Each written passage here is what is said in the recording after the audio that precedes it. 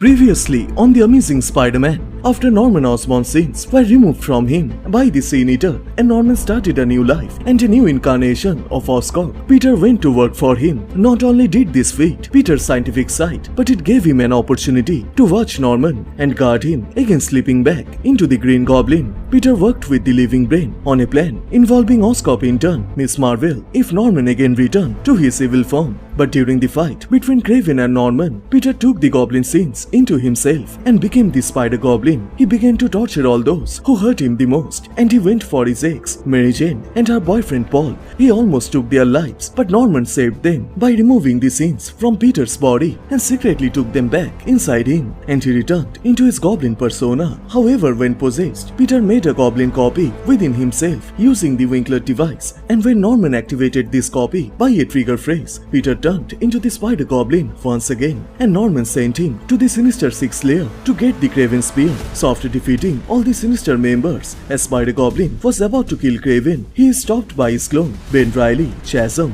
who used his power on Peter and temporarily returned him to his normal state. On the other side, Living Brain, along with Miss Marvel, Jameson, the original Doc Ockham's, Dr. Kurt Connors, his assistant Doug, and the spider hero, Ray Crab, took on the Green Goblin. But their combined strength wasn't enough to defeat the evil, and Ray Crab also got impaled into the chest with the Goblin Glider. But before things could escalate more, Spider-Man showed up with the infused Kraven Spear and the Winkler device to stop the Green Goblin once and for all, and they jumped into a tunnel to end this fight. But Spider-Man will have to face the Goblin alone, because Kraven won't let Spidey's allies into the fight. Welcome to Comicstube YouTube channel. In today's video, we will review Chapter 54 of The Amazing Spider-Man. You can get the previous parts on this playlist. So if you guys are new here, please subscribe and turn on all the notifications to never miss any future uploads. Please like, comment and share. All the text and images are owned by its respected company. You can support them by purchasing it digitally or from any offline stores. The issue opens up with Norman, who is stabbed in the heart by the Kraven Spear, and then he sees Spider-Man, but his mind has taken over by the Goblin copy. Norman begs Goblin to get out of him, leave Peter alone, but Goblin says he can't do that. He has got something up, transferring all of Norman's assets to Peter Parker so he can do all the bad works by the hands of Peter. He will turn his soul into nothing, his bright light turned dark as night. Goblin's ultimate victory. He beats Spider-Man, and now the Green Goblin is Spider-Man.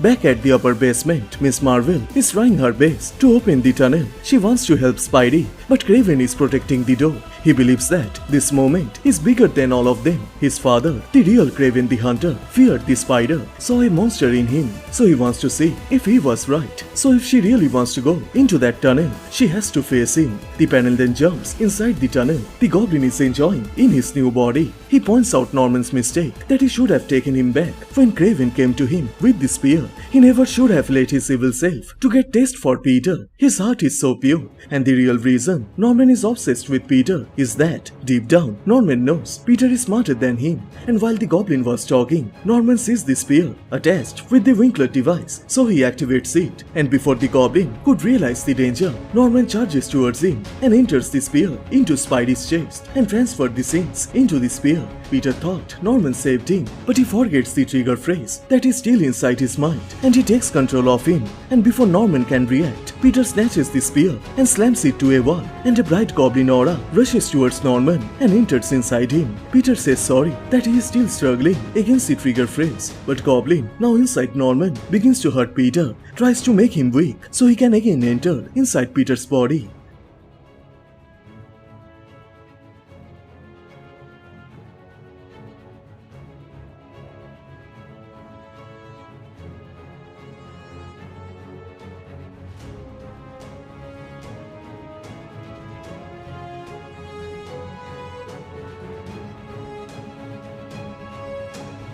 Time is running out. Norman fears the Goblin is going to ruin Peter and also his company, so he again forces the evil to enter inside him, leaving Peter without the sins. And then Peter notices the head of Walking Brain in the floor.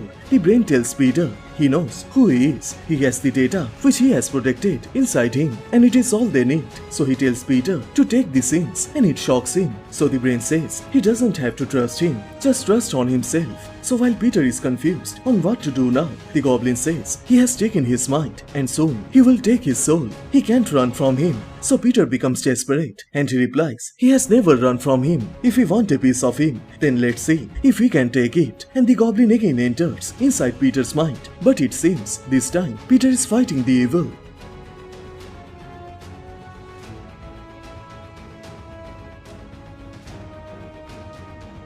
For years, the Green Goblin tormented him his entire life, and Peter is not going to make this easy. Goblin cannot escape from his mind, and he is going to finish him. And while Peter is struggling, Norman arrives at his back and puts the brain helmet on Peter, and suddenly Peter finds himself inside his mind and in front of the Goblin copy and the faces of all those people Goblin had killed. So Peter challenges Goblin to a fight, and the struggle begins inside Peter's mind.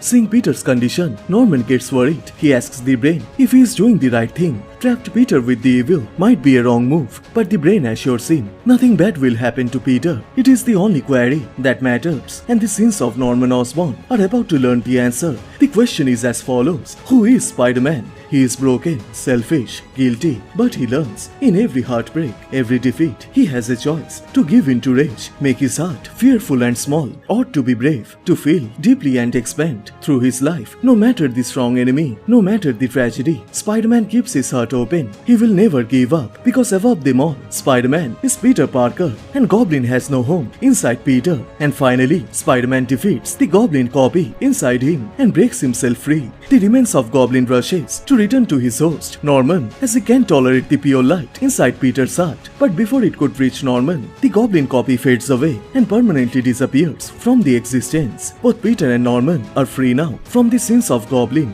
Meanwhile, at the upper base, Miss Marvel easily defeats Kraven, but it seems her teammates are being drugged by Kraven. Kamala is worried for Peter, and then she hears his voice. Both Peter and Norman come out from the tunnel. It's finally over. The Goblin is no more.